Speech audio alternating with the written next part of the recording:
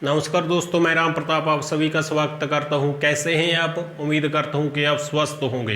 तो आज हम इस क्लास में क्लास 10th एनसीईआरटी मैथ की बुक की एक्सरसाइज 1.2 करने वाले हैं। और ये इतनी ज़्यादा इम्पोर्टेंट एक्सरसाइज है दोस्तों कि इससे एक सम तो आपका पूछा ही जाएगा। कोई भी बोर्ड हो, UP board, Punjab board, CBSE, कोई भी बोर्ड हो, तो ये ऐसा सम है जिसका दबदबा ना चलता हो। ये एक्सरसाइज एग्जामिनर की फेवरेट एक्सरसाइज है। तो ये ऐसा सम है जिसका दबदबा हर जगह चलता है। तो ये कौन सा सम है, ये करते हैं अब। तो आपको दोस्तों पूछा जाएगा कि आपको कोई नंबर दिया होगा और उसको इरेशनल नंबर प्रूव करने के लिए कहा जाएगा। तो कोई भी नंबर हो सकता है। आपको हम करवा रहे हैं √5। तो प्रूव क्या करना होगा, आपने प्रूव करना होगा कि कोई नंबर दिया होगा, उसको क्या करना है, इरेशनल नंबर प्रूव करना है।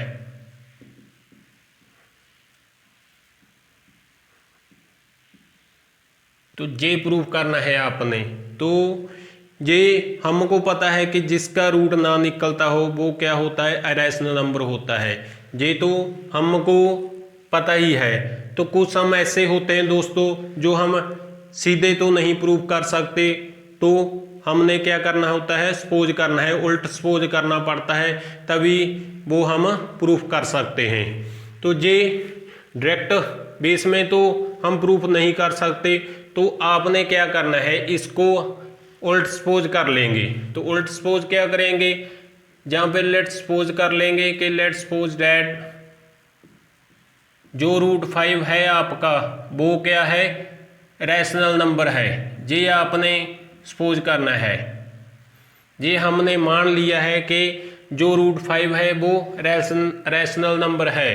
तो रैशनल नंबर वो होता है जो फ्रैक्शन की फॉर्म में होता है। तो फ्रैक्शन की फॉर्म में कैसे, तो 100√5 क्या है, फ्रैक्शन की फॉर्म में होगा। तो इसको क्या करेंगे, √5 को a/b की फॉर्म में लिख लेंगे। तो a और b क्या है, जहाँ पे a एंड b आर को प्राइम नंबर, को प्राइम नंबर बेटा वो होता है जिसका कॉमन फैक्टर 1 निकलता हो, उसको क्या कहेंगे, को प्राइम नंबर कहेंगे। तो आगे इसके बाद हमने क्या करना है, इसकी क्रॉस मल्टीप्लाई कर लेंगे। यदि कोई नीचे कोई वैल्यू ना दी हो किसी नंबर की तो हम 1 लगा सकते हैं। तो 1 लगा लेंगे और इसकी क्रॉस मल्टीप्लाई करेंगे। तो b की √5 से मल्टीप्लाई हो जाएगी और 1 की a से मल्टीप्लाई हो जाएगी, ये आ जाएगा। और इसके बाद हमने क्या करना है, स्केयरिंग करना है। तो जहाँ पे लिख लेंगे स्केयरिंग बोथ साइड।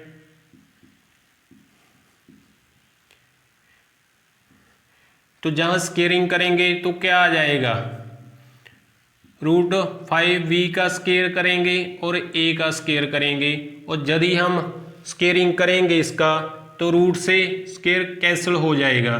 तो क्या हो जाएगा, स्केयर से रूट कैंसिल हो जाएगा, 5 आ जाएगा। और b का स्केयर करेंगे तो b स्केयर आ जाएगा, ऐसा आ जाएगा आपके पास। इसमें क्या कंक्लूजन निकल कर आ रहा है कि 5 जो है वो b स्केयर का तो मल्टीपल है और a स्केयर का क्या है, डिविजिबल है। तो हम इसको ऐसे लिख सकते हैं कि 5 है जो वो क्या है, इस डिविजिबल है। डिविजिबल है किसका, डिविजिबल है a स्केयर का है। यदि a स्केयर का डिविजिबल है तो 5 क्या होगा, a का भी क्या होगा, डिविजिबल होगा। तो 5 is divisible by a also।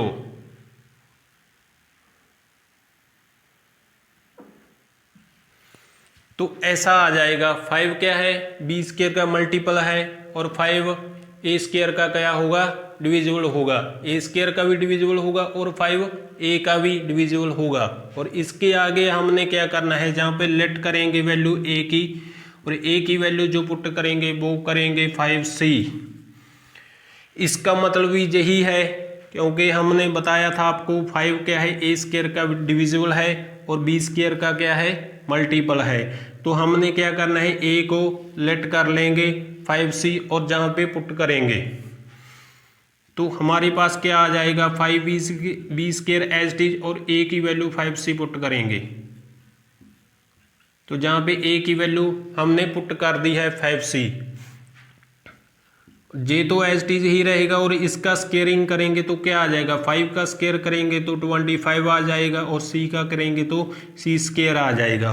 और जहाँ पे क्या है 5 मल्टीपल है और 5 दूसरी तरफ जाकर क्या हो जाएगा डिवाइड हो जाएगा।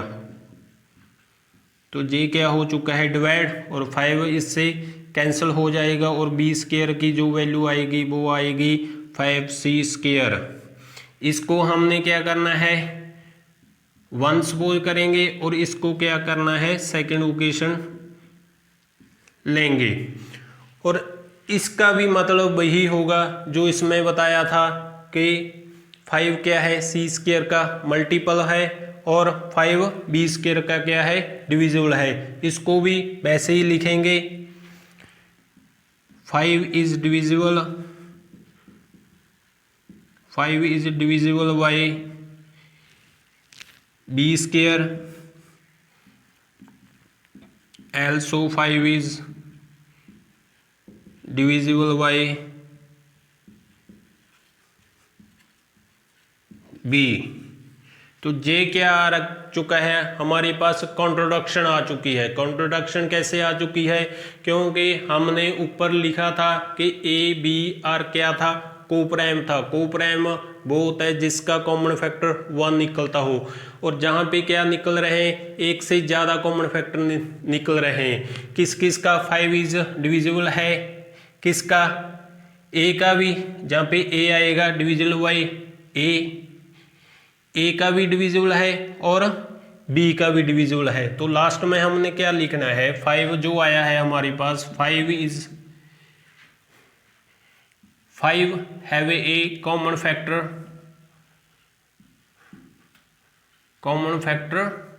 ए एंड बी। तो हमने ऊपर क्या सपोज किया था ए बी आर कोप्राइम था। कोप्राइम वो होता है जो 1 कॉमन फैक्टर आता हो, तो इसके क्या आ चुके हैं एक से ज्यादा कॉमन फैक्टर आ चुके हैं, इसीलिए ये क्या है कॉन्ट्रोडक्शन आ चुका है, रॉन्ग प्रूफ हो चुका है। Which is contradiction, which is contradiction. तो सो जो रूट में वैल्यू होगी, चाहे वो कोई भी रूट की वैल्यू हो, चाहे वो रूट 2 हो, रूट 5 हो, रूट 7 हो, कोई भी वैल्यू हो, वो क्या होगा इरेशनल नंबर होगा। तो वो क्या होगा इरेशनल नंबर होगा। तो यही हमने क्या करना था प्रूफ करना था, इरेशनल नंबर प्रूफ करना था, और लास्ट में इरेशनल नंबर ही प्रूफ कर दिया है हमने। तो फिर चलते हैं अगले सम की ओर दोस्तों। तो आपसे अब पूछा जाएगा कि प्रूव करें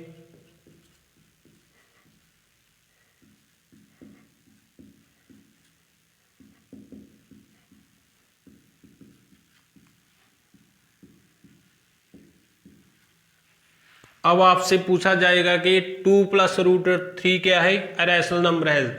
इससे पहले क्या किया था हमारे पास सिर्फ एक नंबर आता था, वो चाहे √2 आए, चाहे √3 आए, √5 आए, √7 आए, चाहे वो कोई भी नंबर आए, वो सिंगल नंबर था। अब आपको इस टाइप में भी पूछा जा सकता है, आपको डबल नंबर दिया होगा और वो पूछा जाएगा कि ये इरेशनल नंबर है।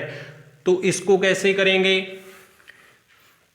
सबसे पहले तो वही तरीका अपनाएंगे जो पहले सम में किया था। सबसे पहले तो आपने उल्ट सपोज करना है इसको।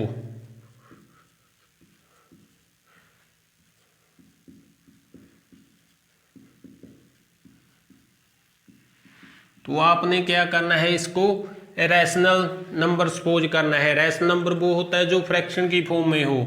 तो ये नंबर किस में होगा, फ्रैक्शन की फॉर्म में होगा, तो ये a/b को की फॉर्म में होगा। हम मान लेते हैं कि ये नंबर a/b की फॉर्म में होगा। और a और b क्या लगाए थे आपने, आपको a और b कोप्राइम नंबर है। जहाँ पे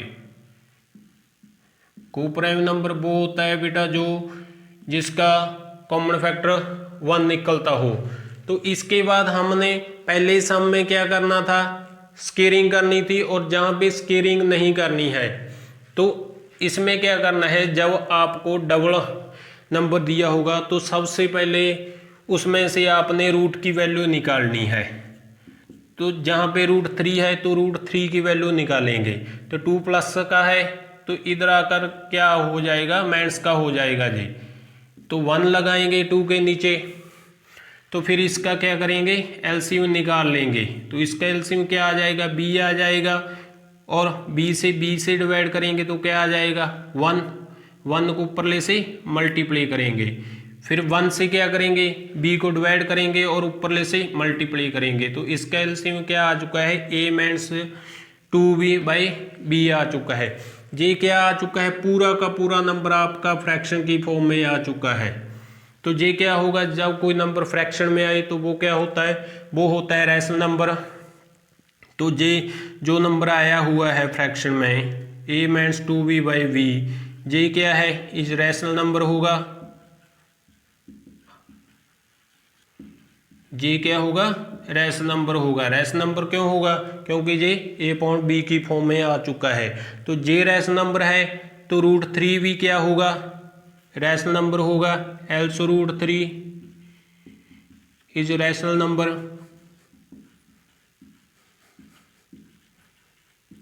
क्योंकि बेटा जे रैशनल नंबर आ चुका है तो जे किसके बराबर है, √3 के, और √3 भी क्या होगा फिर रैशनल नंबर ही होगा।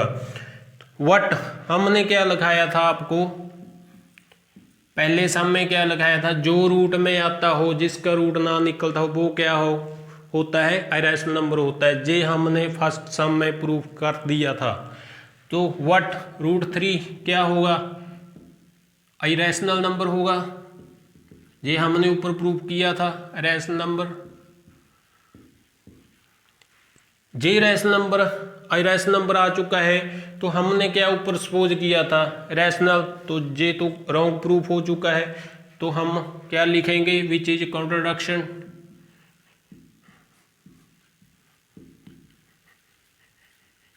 Which is contradiction. तो जे नंबर जो भी होगा आपके पास रूट में आएगा, तो उसके साथ कोई भी नंबर हो तो वो क्या होगा, इरेशनल नंबर ही होगा। तो सो क्या था, 2 + √3 था, तो ये क्या होगा, इरेशनल नंबर होगा।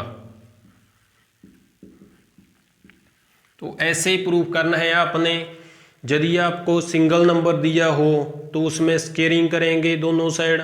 यदि आपके पास डबल नंबर की फॉर्म में आए तो उसमें क्या करना है, रूट की वैल्यू निकालेंगे। तो ये नंबर डबल नंबर की फॉर्म में था तो सबसे पहले तो वही काम करेंगे, रैशनल सपोज करेंगे इसको। रैशनल वो होता है जो a/b की फॉर्म में हो, तो इसको a/b की फॉर्म में लिखेंगे। और फिर आपका टारगेट क्या है, रूट की वैल्यू निकालनी है, चाहे वो कोई भी नंबर हो। तो आपने क्या करना है, जहाँ से रूट की वैल्यू निकाल लेनी है। रूट की वैल्यू जे आ चुकी है, तो जे क्या है, a/b की फॉर्म में फिर से आ चुका है, तो इसको क्या कहेंगे, रैशनल नंबर कहेंगे।